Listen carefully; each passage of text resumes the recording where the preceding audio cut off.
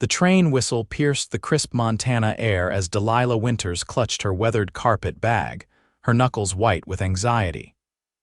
The year was 1876, and after a grueling 3-week journey from Boston, she had finally reached Silver Creek, the frontier town where her future husband awaited. Or so she had believed until receiving the telegram at the last stop. Wedding canceled.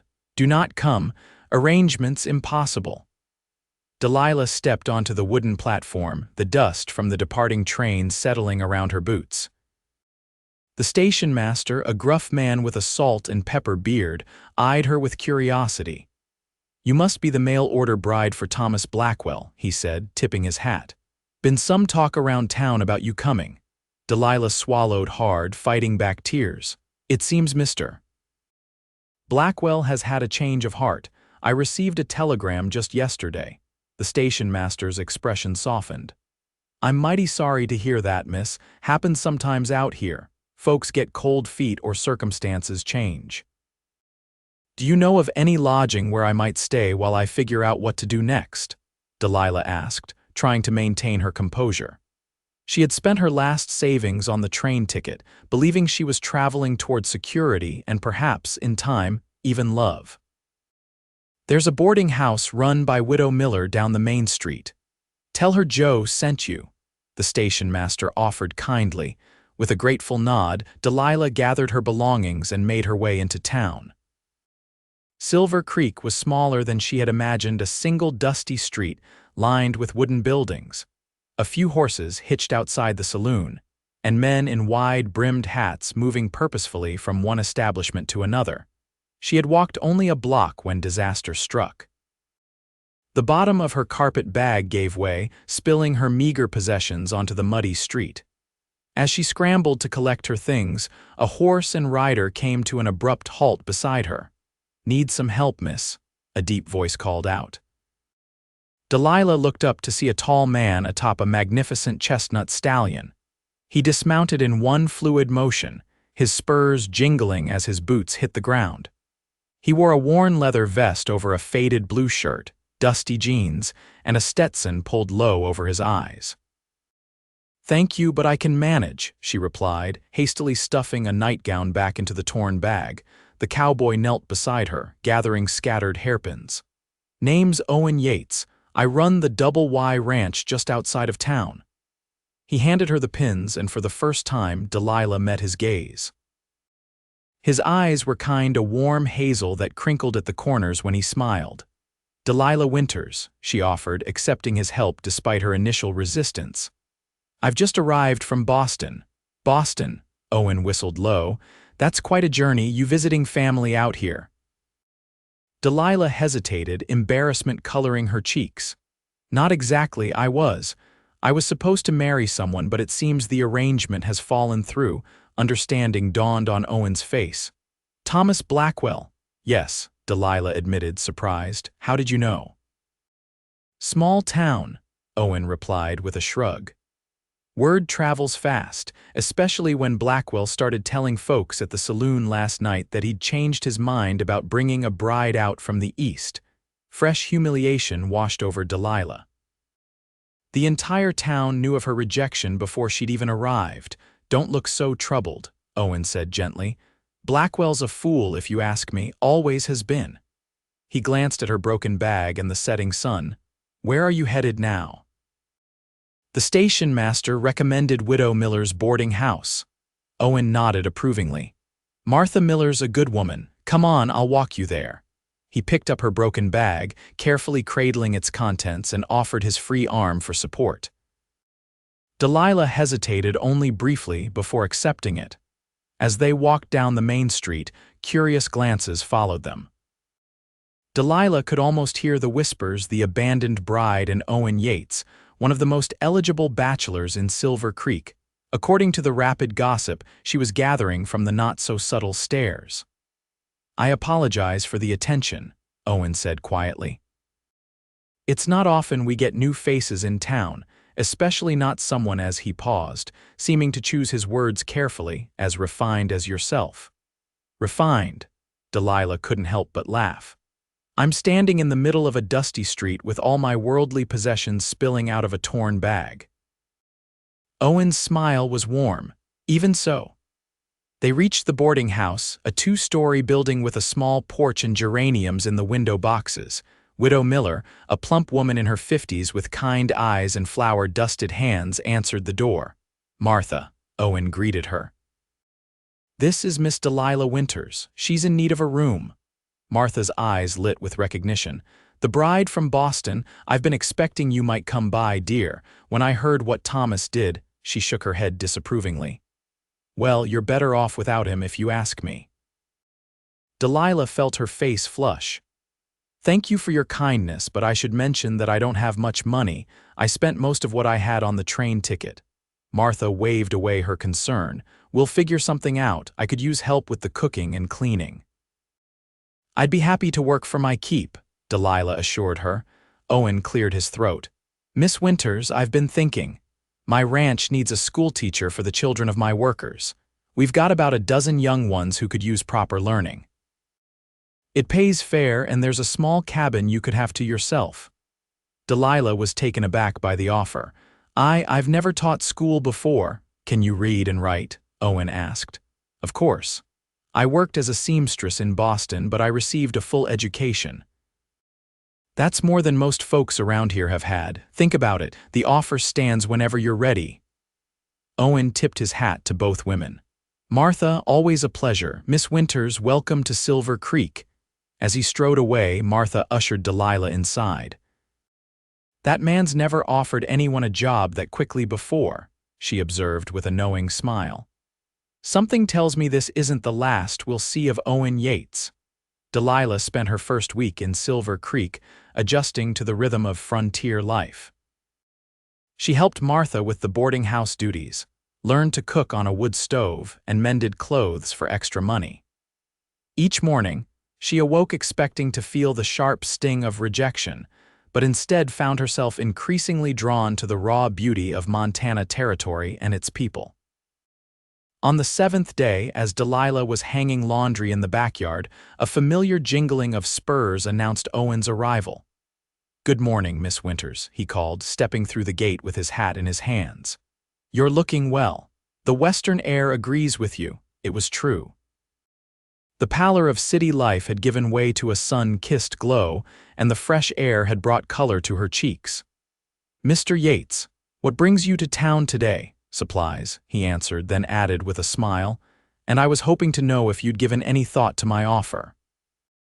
Delilah hung a sheet on the line before responding. I have. I'm grateful, but I'm not certain I'm qualified to teach.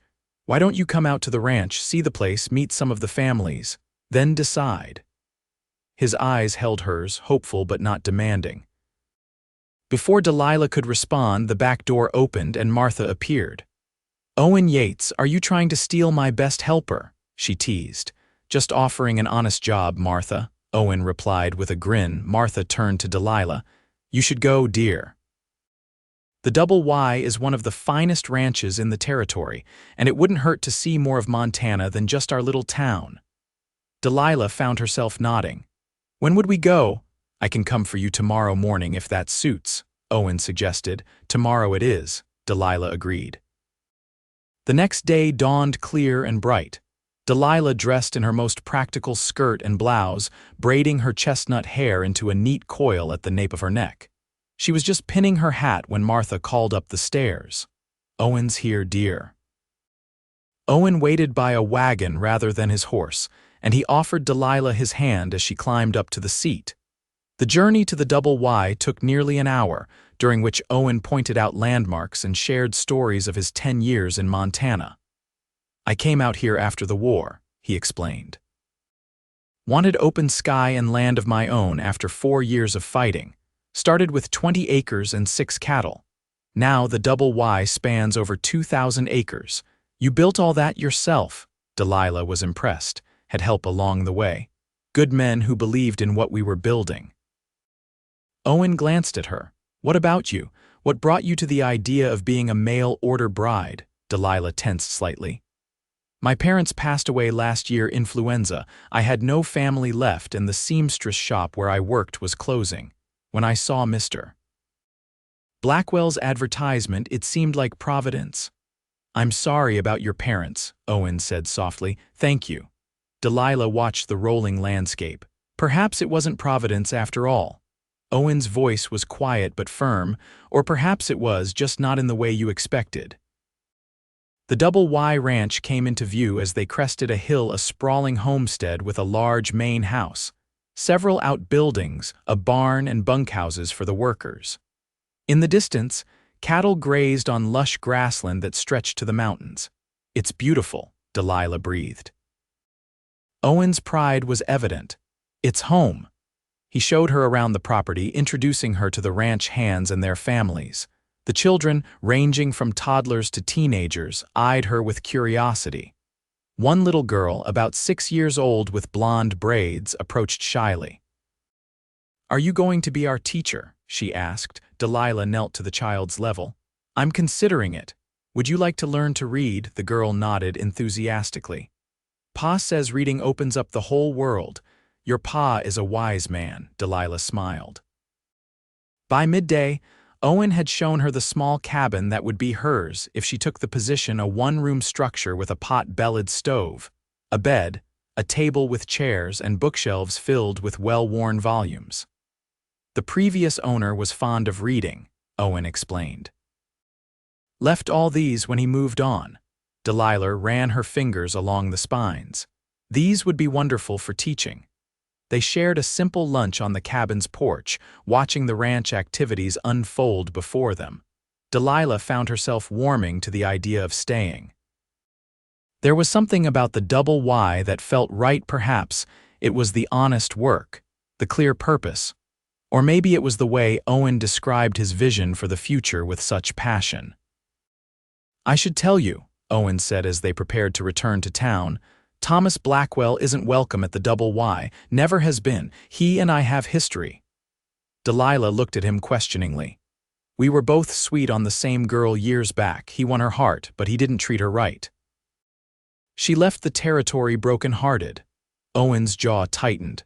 "When I heard he'd sent for a bride, I worried he hadn't changed." "Is that why you offered me the position, out of pity?" Delilah asked, her pride prickling. "No, madam," Owen said firmly. "I offered because we genuinely need a teacher, and you seem like a woman of intelligence and character. The fact that it keeps you away from Blackwell is just a fortunate coincidence." Delilah studied his face, finding only sincerity there. "I'll take the position, Mr. Yates." The smile that broke across Owen's face was like sunshine after rain. "You've made a lot of children very happy today, Miss Winters, and their parents too." Delilah moved to the Double Y the following week. Martha helped her pack her few belongings and hugged her tightly before she left. "That Owen Yates is a good man," Martha whispered. "Don't be too proud to see what's right in front of you." Delilah blushed. "He's my employer, Martha, nothing more."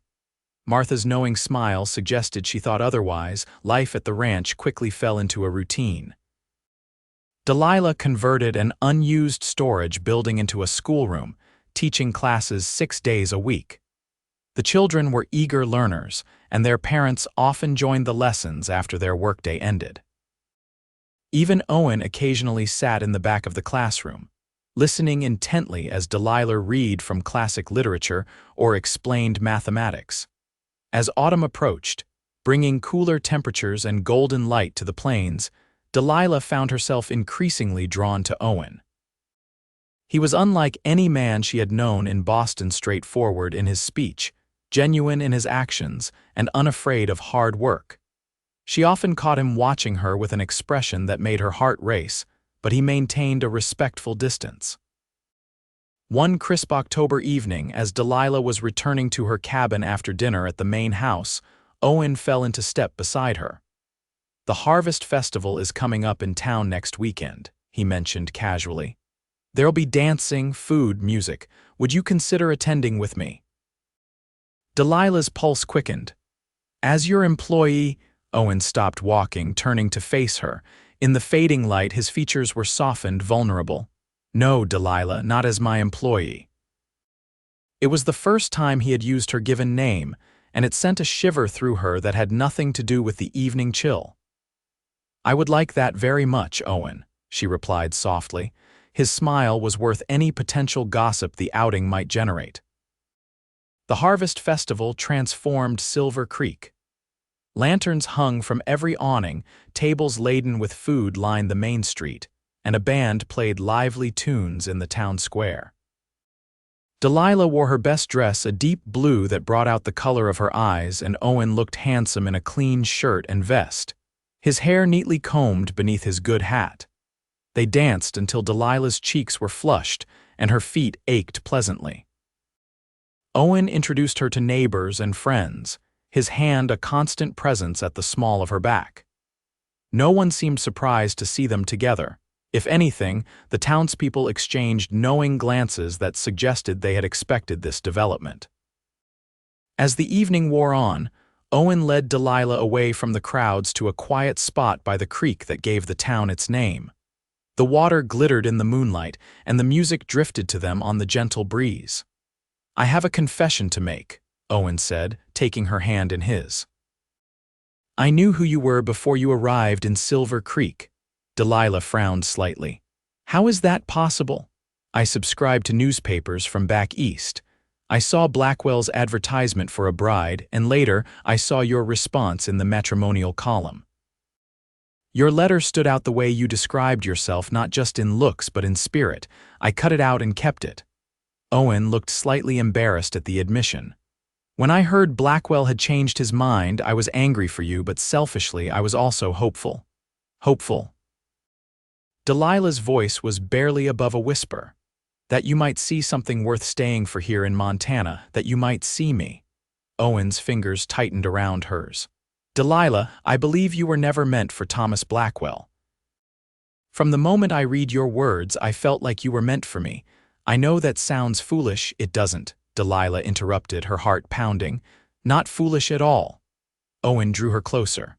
"I'm not a man of fancy words or city manners. But I am a man who knows his own heart, and my heart has chosen you." "And mine has chosen you," Delilah whispered. Their first kiss was gentle, a promise exchanged beneath the Montana stars. When they returned to the festival, hand in hand, no one commented on their absence or their clasped fingers. It was as if the entire town had been waiting for this inevitable union. The winter months brought challenges to the double Y harsh storms, sick cattle, and frozen pipes, but they also brought Delilah and Owen closer together. They spent evenings by the fire in the main house, reading or simply talking about their hopes for the future. By Christmas, their engagement was announced to the delight of the ranch workers and their families. One snowy afternoon in January, as Delilah was dismissing her students, she looked up to find Thomas Blackwell standing in the doorway of the schoolhouse. He was a handsome man in a flashy way, with a waxed mustache and expensive clothes that seemed out of place on a ranch. "So this is where you ended up," he said, stepping inside once the children had gone. "Teaching in a one-room schoolhouse on Yates's ranch." Delilah straightened her shoulders. "Mr. Blackwell, I didn't expect to see you." "I came to apologize," he said, removing his hat. "I made a mistake in canceling our arrangement. I've had time to reflect, and I realize now what I lost." "You lost nothing, Mr. Blackwell," Delilah replied calmly. "You never had me to begin with." Thomas stepped closer. "We could start again. I have a fine house in town now, much nicer than this. Rustic setting." His gaze swept dismissively around the schoolroom. "I'm engaged to Owen Yates," Delilah informed him, holding up her left hand where a simple silver band encircled her finger. "We're to be married in the spring." Thomas's expression darkened. "Yates, that man has been a thorn in my side for years, first with Caroline and now with you." "I suggest you leave, Mr. Blackwell." Delilah moved toward the door, intending to show him out, but Thomas grabbed her arm. "You don't understand. I came back for you. I've been watching you in town, seeing how you've flourished here. You're even more beautiful than your photograph suggested." "Let go of me," Delilah demanded, trying to pull away. "Is there a problem here?" Owen's voice cut through the tension. He stood in the doorway, his expression dangerously calm. Thomas released Delilah's arm but didn't back away. Just having a conversation with the lady, nothing that concerns you, Yates. Everything about Delilah concerns me, Owen stated, moving to stand beside her. And you're trespassing on my property. The two men stared at each other, years of animosity crackling between them. Delilah placed a hand on Owen's arm, feeling the tension in his muscles. Mr. Blackwell was just leaving, she said firmly. Thomas looked from Delilah to Owen, then smirked. Enjoy your consolation prize, Yates. She came west for me, remember that. Yet she's choosing to stay for me, Owen replied evenly. That's all that matters. With a final contemptuous glance, Thomas Blackwell left the schoolhouse. Owen turned to Delilah immediately, his eyes searching her face. Are you all right? Did he hurt you? I'm fine, she assured him, though her heart was still racing. He just surprised me, that's all. Owen pulled her into an embrace. I saw him riding toward the schoolhouse and followed as quickly as I could. My hero, Delilah said with a small smile, trying to lighten the moment. Owen pressed his forehead to hers. No, Delilah, you're mine. You saved me from a life of solitude, from believing that work was all that mattered. That night, as they sat before the fire in the main house, Owen seemed troubled. Did Blackwell's words affect you? He asked finally. About being a consolation prize, Delilah moved from her chair to kneel before him, taking his hands in hers. Owen Yates, listen to me carefully. Being abandoned as a mail-order bride was the best thing that ever happened to me, because it led me to you. I came west for a marriage of convenience with a stranger. I'm staying for a life of love with a man I adore. The worry in Owen's eyes melted away. I adore you too, Delilah Winters. Soon to be Delilah Yates. Spring arrived with a burst of wildflowers across the plains and preparations for the wedding. The entire ranch pitched in, the men building an arbor where the ceremony would take place, the women sewing a wedding quilt with squares contributed by each family. Martha Miller traveled from town regularly to help Delilah with her dress, adapting her mother's gown that she had carefully packed in her carpet bag all those months ago. On the morning of the wedding, Delilah stood in her cabin, looking at her reflection in the small mirror. The dress was ivory silk with delicate lace at the collar and cuffs, old-fashioned by Boston standards, but perfect for a ranch wedding in Montana territory. Her hair was arranged in soft curls, adorned with wildflowers gathered by her students that morning. A knock at the door announced Martha's arrival. Oh, my dear, she breathed, seeing Delilah in her finery. You are a vision. Is everything ready? Delilah asked, suddenly nervous. More than ready, Martha assured her. The whole territory seems to have turned out. Even the governor and his wife came up from Helena. The governor? Delilah was surprised. Martha smiled. Owen didn't tell you, they're old friends from the war. The governor was his commanding officer. It was one more piece of the puzzle that was Owen Yates, a man of deeper connections and influence than his modest demeanor suggested. The ceremony took place at sunset, with the mountains glowing purple and gold in the distance. Owen waited beneath the flower-covered arbor, his expression transforming from nervousness to awe as Delilah walked toward him on the arm of his foreman, an older man who had become like a father to her in the months at the Double Y. Their vows were simple but heartfelt, promising love, respect, and partnership through whatever life might bring. When Owen slipped a gold band alongside the silver engagement ring, his hands were steady, his eyes never leaving hers. I now pronounce you husband and wife, the minister declared, and cheers erupted from the assembled guests as Owen sealed their union with a tender kiss. The celebration lasted well into the night, with dancing, feasting, and stories shared around bonfires. As the last guests departed and the ranch grew quiet, Owen led Delilah not to her small cabin but to the main house. Welcome home, Mrs. Yates, he said, lifting her into his arms to carry her across the threshold. Home, Delilah repeated, the word filling her with contentment. I never thought I'd find it so far from where I began. Owen set her gently on her feet in the entrance hall. I have something to show you. He led her to his study, now their study, and opened a drawer in his desk. From it, he withdrew a yellowed newspaper clipping. "Your letter," he explained, handing it to her. "The one that made me believe in fate." Delilah read her own words, written so many months ago with hope and trepidation. "I am not a beauty by society's standards, but I have a kind heart and willing hands. I seek not riches but respect, not luxury but love. I am prepared to work alongside a husband to build a life of meaning in the West. You found me through these words," she said softly, "and I'll keep finding you every day for the rest of our lives," Owen promised. In the years that followed, the Double Y prospered under their joint stewardship. The small schoolhouse grew into a proper school with additional teachers as the ranch expanded. Delilah and Owen welcomed 3 children of their own, 2 boys, and a girl who grew up strong and free on the Montana plains. Thomas Blackwell eventually left Silver Creek after a series of failed business ventures, his departure barely noted by the townspeople who had come to see him for what he was, a man of shallow promises and deeper flaws. On their 10th wedding anniversary, Owen surprised Delilah with a trip to Boston to visit her parents' graves and to show their children the city where their mother had grown up. Standing in the cemetery with Owen's steady presence beside her and their children gathered close, Delilah felt the full circle of her journey.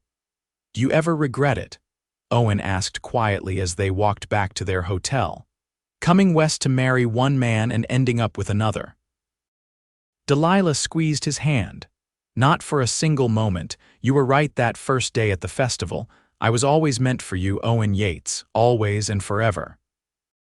And as they returned to Montana, to the home they had built together from circumstance and choice, from disappointment transformed into destiny, Delilah knew with absolute certainty that being abandoned as a mail-order bride had not been an ending but a beginning, the first step on the path to the love that had been waiting for her all along.